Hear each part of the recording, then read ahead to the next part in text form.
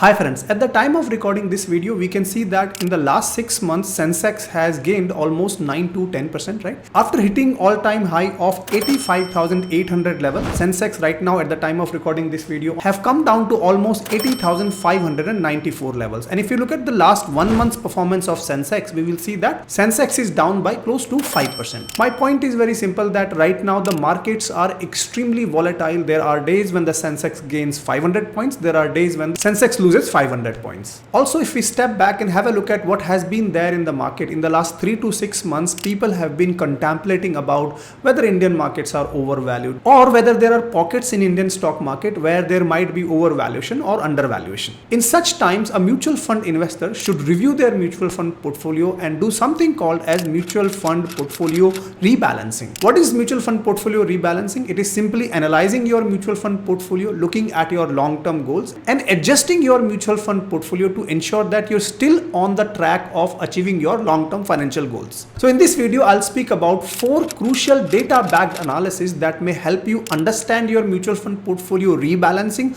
a bit more in detail. People who don't know me, my name is Rahul Jain. I'm a full-time investor and a full-time content creator. With that, let's get this video cracking. So the first data point that I want to present to you is Nifty Midcap 150 index. Have a look at my screen and you will see that in the last 18 months or so from March 2023 to October 2024, Nifty Midcap 150 index has gone up by close to 92%.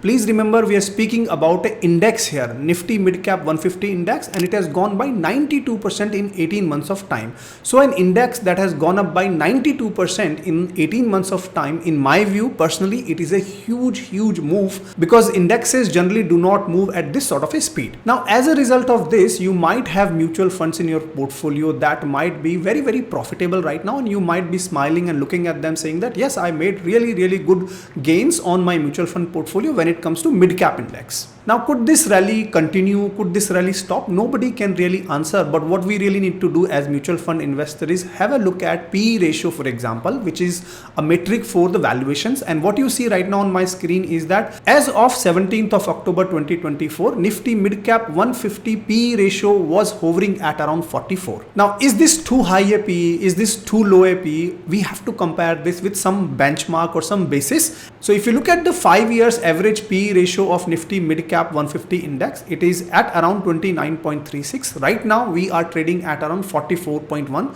So it is a higher PE from a last 5 years average perspective. And if you look at the low levels of PE ratio or high levels of PE ratio, it has touched highs of 45.80. So we can say that right now Nifty Midcap 150 index, from a PE ratio perspective, from a valuation perspective, it is trading at almost all-time high PE ratio of 44.1, very close to 45.80. And as the basic principle of investing says that you need to constantly evaluate your assets to make sure they are not overvalued, and if they are overvalued, you really need to look at whether you want to continue with them or whether you want to rotate your money. So in my view, this is potentially time for you to review your mid-cap allocation to mutual funds and decide for yourself based on your risk appetite, based on your long-term financial goals, and based on various other parameters, whether you would like to continue with your mid-cap mutual funds or not. And there are 2 or 3 options you could consider. You might say that, Rahul, I'm very happy with my mid-cap mutual fund portfolio as of now, but I would stop adding more to my mid-cap mutual fund. That could be one option. Second option might be that, Rahul, I'm not comfortable with this high PE ratio. I might want to take a position and cut down 5%, 2%, 10%, depending on, again, your risk appetite. You might want to take that decision. But the larger point that I want to drive home here is that potentially you need to look at your mid-cap mutual fund allocations and decide for yourself what you want to do with it. And if you decide that, Rahul, I want to cut down my positions from mid-cap, where should I rotate this money? I'll speak about that in the next few minutes. So far, if you're liking this video, request you to hit the like button. Let me know in the comments a simple thank you. It will motivate me to come up with such content for you at zero cost. With that, let's move to the data point number 2, which is have a review of small cap mutual funds. Because if I look at Nifty Small Cap 250 index, again from the same period, March 2023 to October 2024, this index has rallied by almost 110%, even further than what mid cap index has shown shown in terms of the price appreciation in the index itself. This index has gone up from 8,584 to almost 18,170 levels at the time of recording this video. And because of this massive appreciation in the Nifty small cap 250 index, the PE ratio of this index has gone up to 33.4. And if again we compare the last 5 years average PE ratio for this index, we will see that the 5-year average PE is at around 23.86. So it is trading at almost 10 basis points higher from a 5 years average perspective. So very similar to mid-cap allocations, maybe it is good time for you to look at your small cap mutual fund allocations and consider reviewing your portfolio and see whether you want to adjust it or not according to your risk appetite. Moving on to point number 3, which mutual fund category potentially can be reviewed for inclusion in the portfolio right now. So in my view, potentially you can consider reviewing and doing some further research on flexi cap mutual fund category, and there are 2 or 3 reasons for it. Reason number 1 is that in flexi cap mutual funds, the mutual fund manager is empowered to move the allocation between large cap, mid cap and small cap freely without having any limits, as long as the minimum investment of the mutual fund is more than 65% in the equities. So if a flexi cap mutual fund manager sees that there are opportunities in the large cap space, they might move their money to large cap. If they see, depending on the market conditions, that they need to take some positions in a specific particular small cap stock, they can do that as well. And if the mutual fund manager thinks that there may be concerns in the pockets of the market, maybe, I don't know, let's say defense sector or railway sector or whatever sector,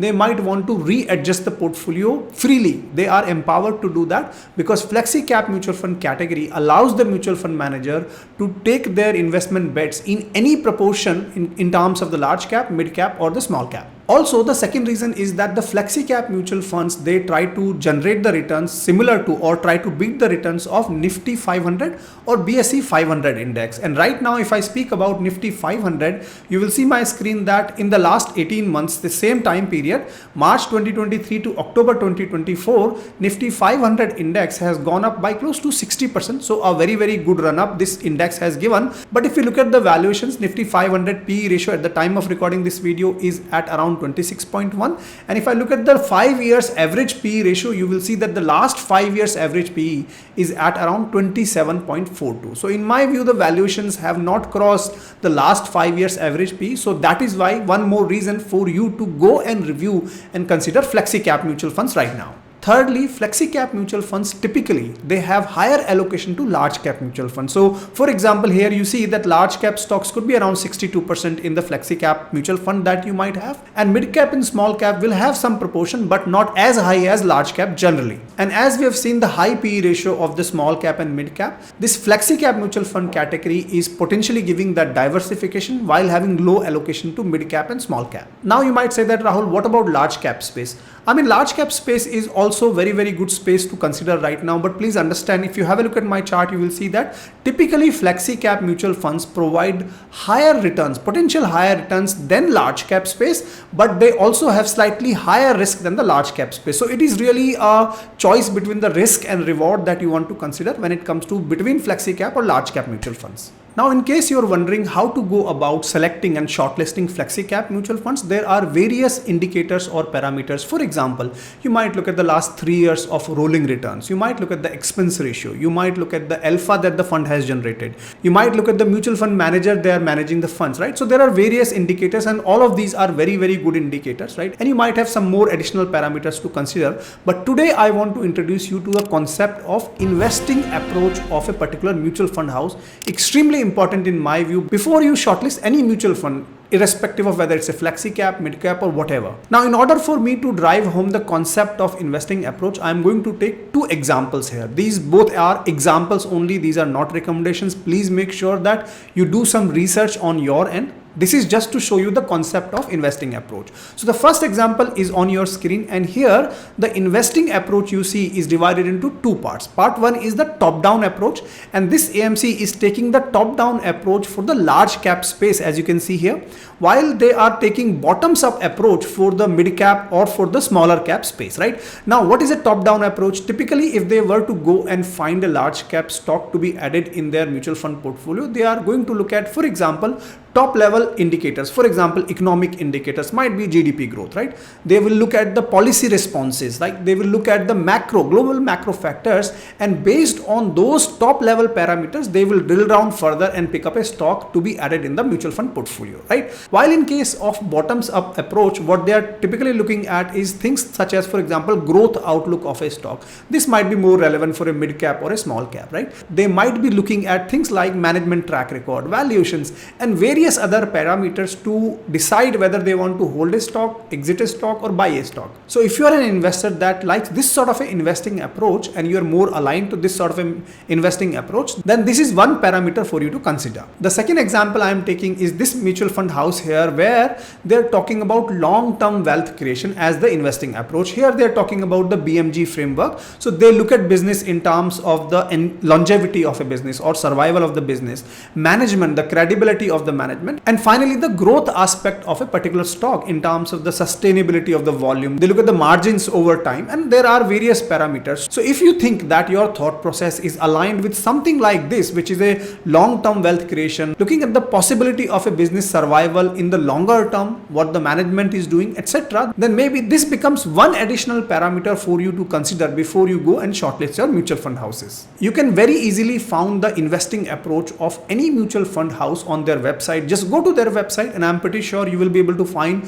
certain documentation explaining you the investing approach. So in addition to the other indicators, you might want to look at the investing approach as well. With that, let's move to point number 4, and for this, have a look at my screen and you will see something very, very interesting. Between April to September this year, which is calendar year of 2024, you see that 47% of money that has gone into mutual fund houses, that has gone into sectoral or thematic mutual funds. Extremely crazy number that you see here. And I've been reading a lot of articles in terms of trying to understand why there is such a euphoria and overconfidence in the thematic mutual funds. And maybe because there have been a massive rally in few sectors and themes. For example, railways, defense, PSUs. But please understand that the past is past. Past does not guarantee you future returns, right? So there are investors who are still chasing these past returns. Please make sure that you understand the themes or the sectors you want to invest in, because the themes and sectors are very cyclic in nature, right? And unless you understand what is the right entry point, what is the right exit point, thematic and sectoral mutual funds could be extremely dangerous, extremely risky. But in case you want to build your portfolio in thematic and sectoral mutual funds, experts believe that you should not be having more than 8 to 10% of your portfolio into the sectoral or the thematic mutual funds. Again, I'm not saying that you should go and sell your thematic or mutual funds. My point is very, very simple, that unless you understand the entry points, exit points, you should be really careful with the thematic and sectoral mutual funds. I know there has been a lot of investments in these sectors, but these could be really dangerous for people who don't understand the cycles and the themes. Now, my final point is that it is extremely essential for mutual fund investors to review their portfolio time and time again and do adjustments to your mutual fund portfolio, because nothing in this world is constant. So investors who are able to adapt to the market situations are going to survive in the long term. With that, I hope you really enjoyed this video. With that, I'll see you in my next video. Until then, keep rocking.